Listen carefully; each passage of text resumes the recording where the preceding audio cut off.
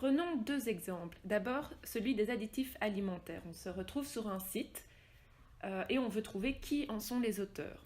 Alors on cherche parmi les onglets principaux, mais on ne trouve rien. Il n'y a aucune information à propos des auteurs. Alors une astuce est de dérouler jusqu'au bout la page du site web pour s'intéresser aux informations écrites en petits caractères.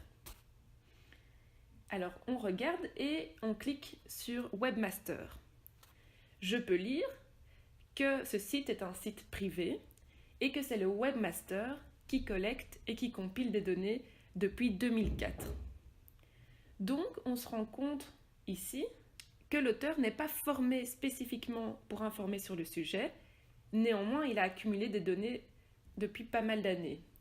On sera donc assez vigilant par rapport à l'information trouvée et on vérifiera toujours la fiabilité d'une information en la croisant avec d'autres sources. Prenons un second exemple, celui de la migraine.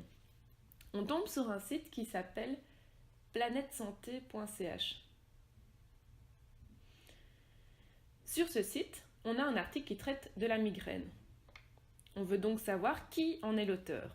Ici, c'est vraiment facilement identifiable puisqu'on trouve le nom d'une personne et on trouve aussi son titre. Il est médecin et il est spécialiste en neurologie. On peut donc penser qu'il est compétent pour parler de la migraine.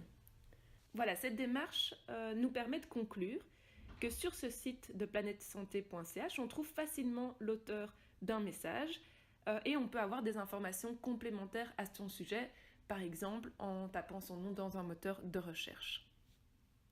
Pour bien s'informer, il est toujours recommandé de consulter l'avis d'un professionnel de santé et de varier ses sources d'informations.